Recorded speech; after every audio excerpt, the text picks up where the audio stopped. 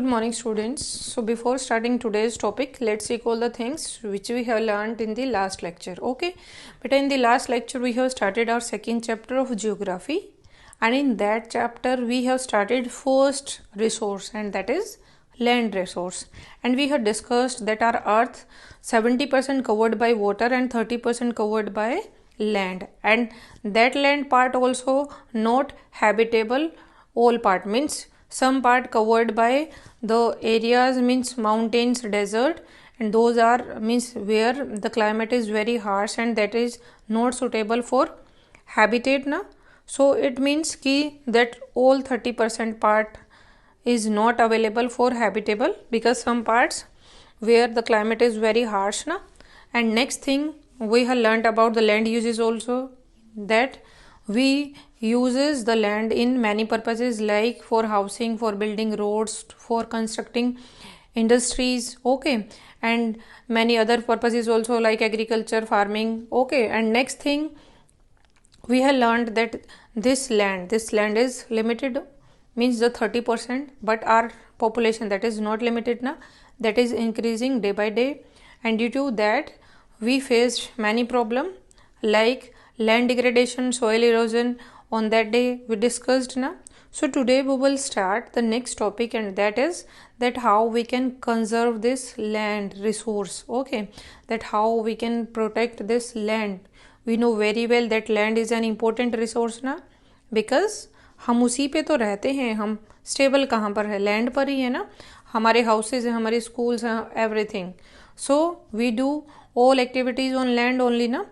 So for this we can conserve this land. So let's start today's topic, and that is conservation of land resource. Okay, means ये जो land degradation हो रहा है, land की quality जो नीचे जा रही है, उसको कैसे प्रोटेक्ट किया जाए, कैसे कंजर्व किया जाए.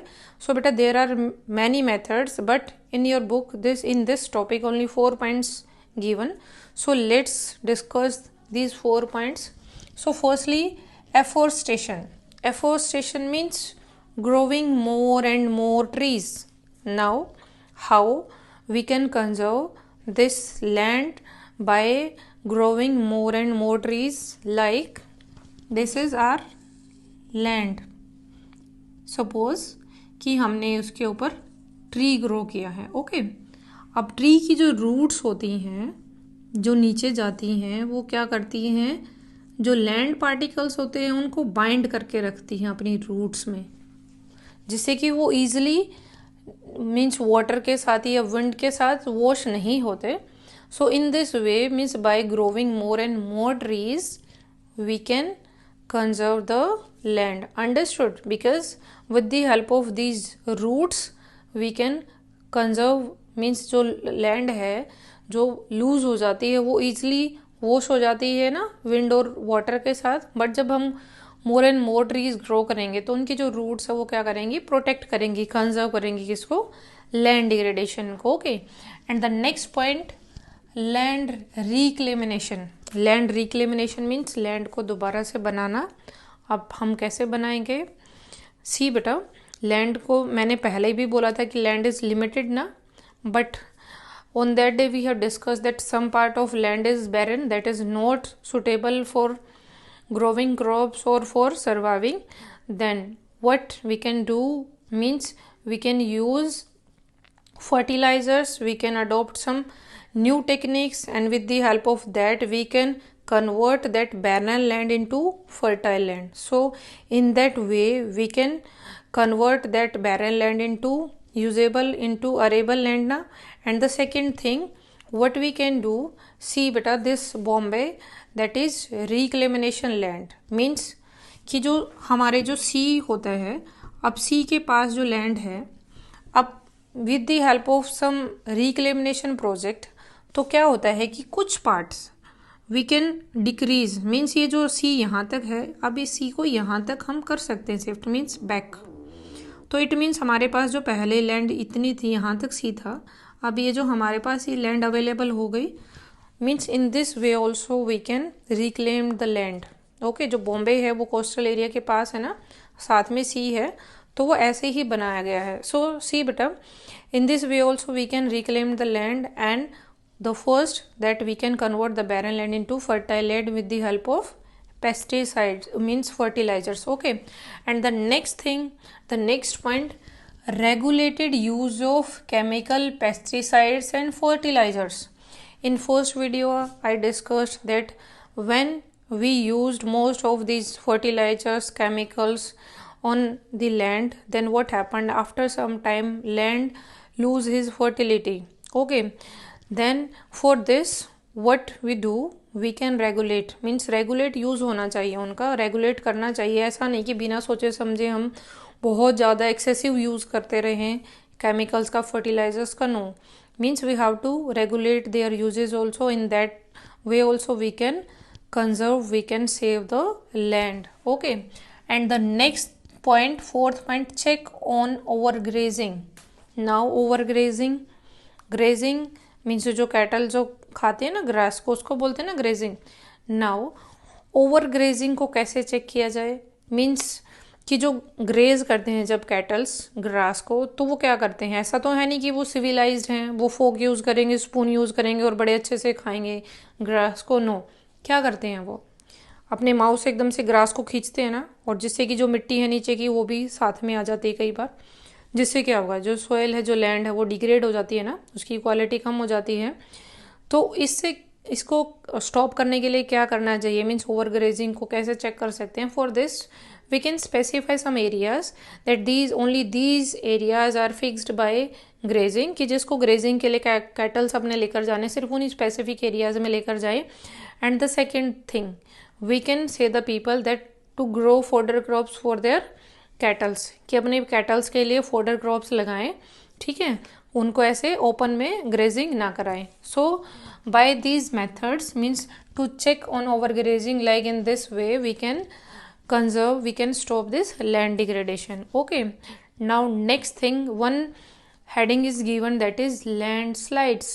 Land you know very well, slides, slide means नीचे की तरफ खिसकना ना. तो landslides means क्या है कि मास मूवमेंट होना किसमें? रॉक्स में, डिब्रीज में और अर्थ में इन दी डाउन स्लोप, कि जब बहुत बड़े अमाउंट में भी, बहुत ज़्यादा कि ऊपर से रॉक या फिर मिट्टी या फिर अर्थ का पार्ट कुछ ऊपर से नीचे की तरफ जब स्लाइड होता है, खिसक जाता है वो वन प्लेस से, तो उसको क्या बोलते हैं हम? Landslide. Okay, so see mass movement of rock, debris means होता है बेटा मिट्टी के टुकड़े, and earth down a slope, कि नीचे की तरफ. अब मोस्टली ये कहाँ पर होता है लैंडस्लाइड? माउंटेन एरियाज में. ठीक है, सपोज ये माउंटेन एरिया है, ये हमारा रोड है. अब इस पे जो माउंटेन पे यहाँ पर जो रॉक्स हैं, जो मिट्टी के टुकड़े हैं, जब इनमें मूवमेंट होती है और ये नीचे की तरफ यहाँ पर आ जाते हैं, ठीक है, स्लोप में नीचे शिफ्ट हो जाते हैं, स्लाइड हो जाते हैं, then we called this landslide. So understood? ऐसा तो नहीं है कि ये ऊपर जाएंगे, ऊपर की तरफ तो कुछ भी नहीं जाता, नीचे ही आना होता है, तो नीचे की तरफ स्लाइड करते हैं, स्लोप डाउन. अंडरस्टूड बेटा? So landslide, mass movement of rock, debris और earth down a slope, and mostly it found in the mountain areas. Okay, and the next thing कि some causes are there of this landslide. ऐसा तो नहीं है कि land अपने आप ही बिना किसी रीजन के, बिना किसी कॉज के वो अपने आप ही स्लाइड हो रही है. No, some reasons are there behind this. The first is earthquake. Earthquake we know very well कि जब अर्थक्विक आता है तो क्या होता है? वाइब्रेशन होता है ना, हमारी जो अर्थ वाइब्रेट होती है, and due to that vibration जो ये अर्थ जो रॉक्स हैं, जो डिब्रीज हैं, they slide down side. Okay, so first is earthquake. Suppose ये माउंटेन है, जब यहाँ पे वाइब्रेशन होगा, सो जो ये पार्ट है वाइब्रेशन के थ्रू ये नीचे आ जाएगा ना, जो क्योंकि वहाँ पर अगर सोयल लूज होगी तो वो नीचे आ सकता है.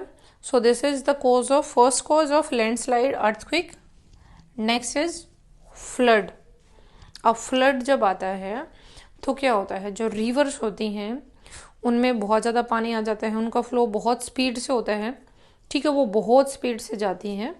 अब जो वो बहुत स्पीड से जाती हैं, सपोज माउंटेन एरिया से ऊपर से रिवर आती हैं यहाँ पर, तो वो क्या करती हैं, स्पीड से जब वाटर आ रहा है तो साथ में वो अपने साथ क्या ले आती हैं, ऊपर से रॉक्स को डाउन स्लोप में। Okay, so second is flood and the third is volcanoes.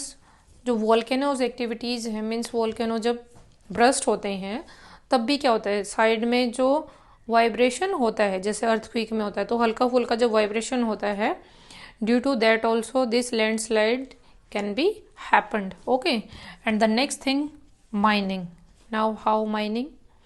Due to these mining activities we extract minerals from mines na, like suppose this part, this is our land and downside of this, हमें पता है minerals land के नीचे मिलते हैं, यहाँ पे हमारे मिनरल्स है। ओके, हम क्या करते हैं, कुछ पार्ट यहाँ से डिग करके और नीचे जाकर हम इस सारे मिनरल्स को एक्सट्रैक्ट कर लेते हैं।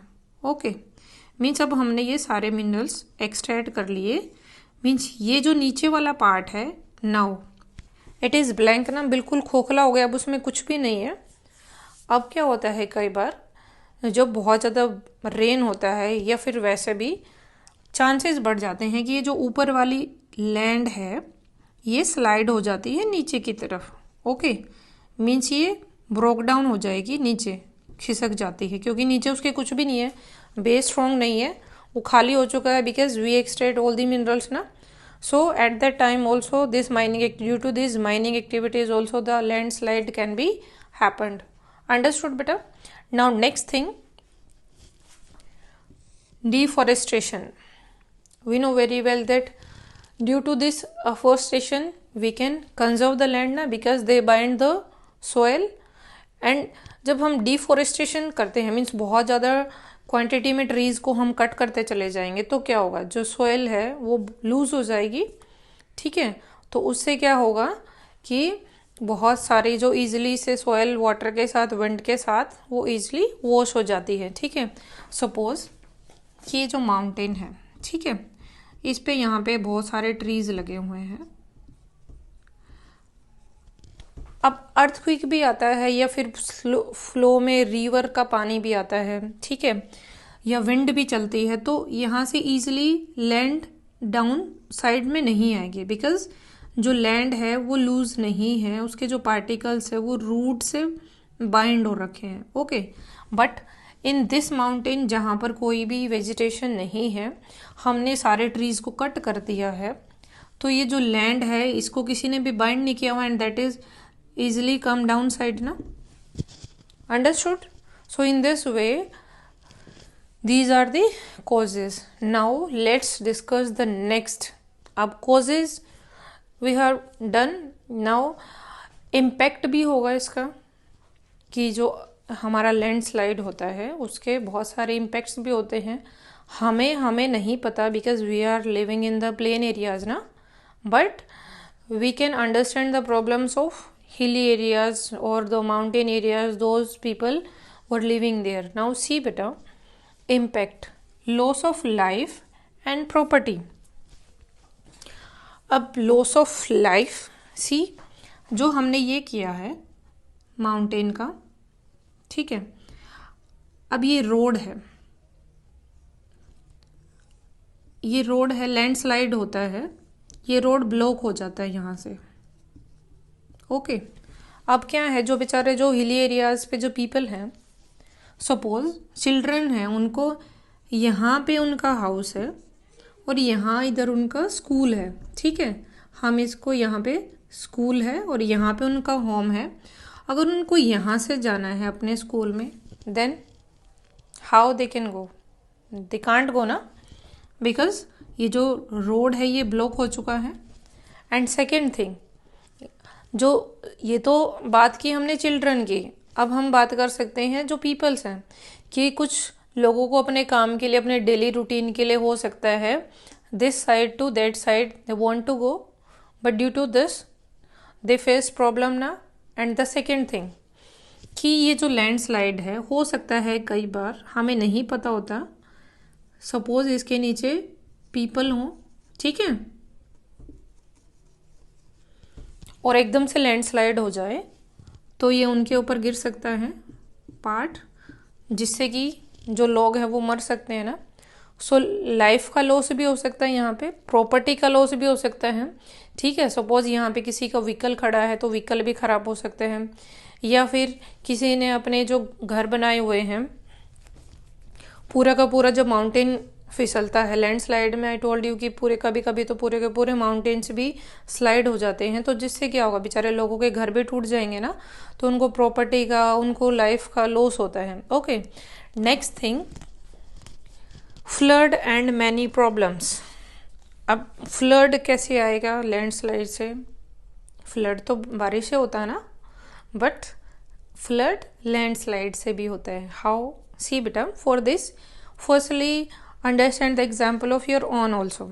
लाइक कि जो आपकी स्ट्रीट्स होती हैं उनमें नालियाँ बनी होती हैं ना, ड्रेनेज सिस्टम होता है हमारे हाउसेज के आसपास भी। अब जो नालियाँ होती हैं, सपोज कि जब उसमें कुछ भी नहीं है तो पानी स्मूथली चलता रहेगा जो आपका घर का है वेस्ट वाटर, बट आप उसको कहीं से रोक के देखो, ब्लॉक लगा के देखो उसमें, तो क्या होगा कि जब वो नालियाँ हैं उनमें से पानी नहीं निकल रहा, वो ब्लॉक हो चुकी हैं, तो धीरे धीरे जो वाटर है वो वहाँ से निकल के पूरी जो स्ट्रीट है उस पर फैल जाएगा ना। इट मीन्स कि एक फ्लड की तरह हो जाता है ना। So in the same way it happened in these, means due to this landslide. See बेटा, अभी हमने क्या सपोज किया था कि यहाँ पे स्ट्रीट है, but now suppose here river. Okay, this is river. अब रिवर है यहाँ पे, लैंडस्लाइड होता है, तो लैंडस्लाइड से क्या होगा कि ये जो रॉक्स पार्ट हैं ये यहाँ पर आ जाएंगे रिवर में। ठीक है, अब ये रिवर जो यहाँ से जो फ्लो में आता है पानी, तो ये क्या है, आगे स्पेस नहीं मिलेगा तो पानी यहाँ पे रिवर से बाहर फ्लो हो जाएगा ना, जो आसपास के जो एरियाज हैं वहाँ पे क्या फ्लड आ जाएगा। So this is also the impact of this landslide, कि जो फ्लड है वो भी आ सकते हैं।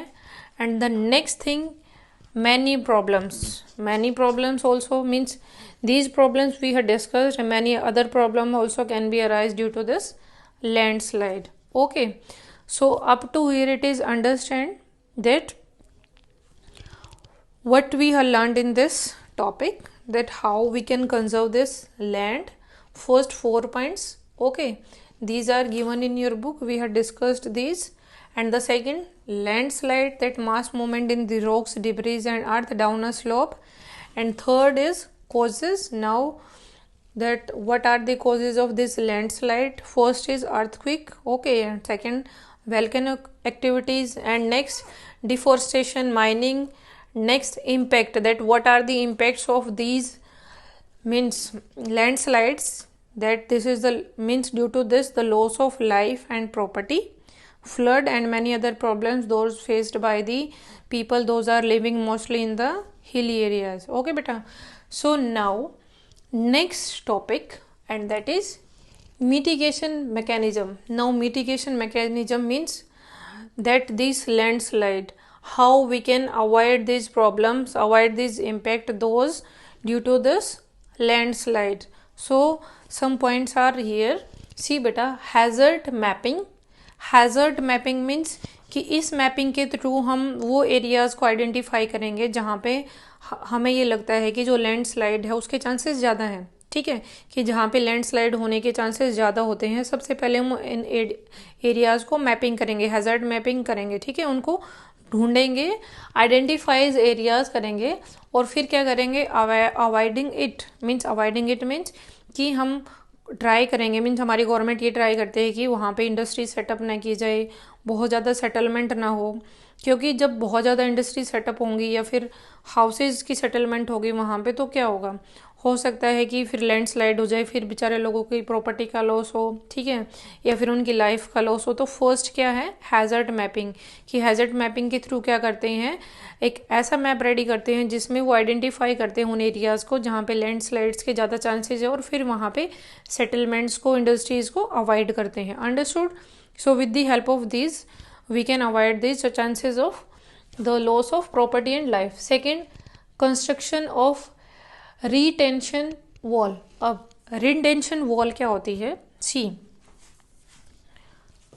कि जो हमने ये किया है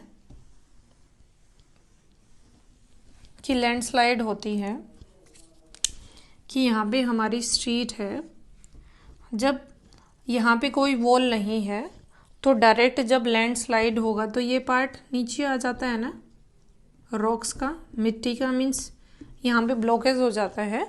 but to avoid this what we can do कि ये जो हमारा जो स्ट्रीट है, इससे पहले हम माउंटेन पे यहाँ पर एक वॉल कंस्ट्रक्ट कर सकते हैं, ठीक है। अब इस वॉल कंस्ट्रक्ट करने से क्या होगा, सपोज कि ये जब लैंडस्लाइड होगा नीचे तो ये जो यहाँ पे हमने वॉल ऐसे स्टैंड कर दी है तो ये वॉल उसको पार्टिकल्स को अपने साथ ही रोक लेती हैं, ठीक है। यहाँ पर वो रोड पर आने से बच जाते हैं, मीन्स ब्लॉकेज नहीं होता। सो अंडरस्टूड बेटा कि जब हमने जो ये ऐसे माउंटेन है हमारा और हमने जो वॉल बना दी है और नीचे हमारी स्ट्रीट है, तो जितना भी जो मटेरियल आएगा इस वॉल के पास रुक जाएगा ना वो, so it call retention wall.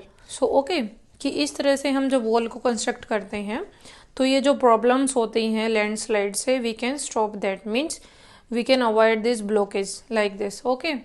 And the next thing, increase in the vegetation the same way the afforestation we have learned in this also, because these vegetation they bind the particle of land na, so with the help of these growing vegetation, more and more vegetation, more and more trees, we can protect the land, we can avoid this landslide। And the next, surface drainage control work। Surface drainage control work means ये जो surface है mountain का, इसके ऊपर से जो बहुत flow में बहुत स्पीड से जब वाटर आता है रिवर का, तो वो मोस्टली अपने साथ रॉक्स को फ्लो कर लेती हैं। बट अगर हम क्या करें, यहाँ पे बीच बीच में ब्लॉकेज कर दें और इस रिवर के जो फ्लो है, ड्रेनेज फ्लो है, इसको कंट्रोल कर ले, तो वो इतनी स्पीड से अपने साथ जो डिब्रीज हैं, रॉक्स हैं, उनको फ्लो नहीं करेंगे। So with the help of these also we can stop this landslide, we can control over this landslide। So understood beta that by adopting these methods we can avoid the loss of property and life that occurred due to this landslides। Understood now? So beta up to here you will read from your book and remaining part we will do tomorrow। So if you want to take screenshot then take please।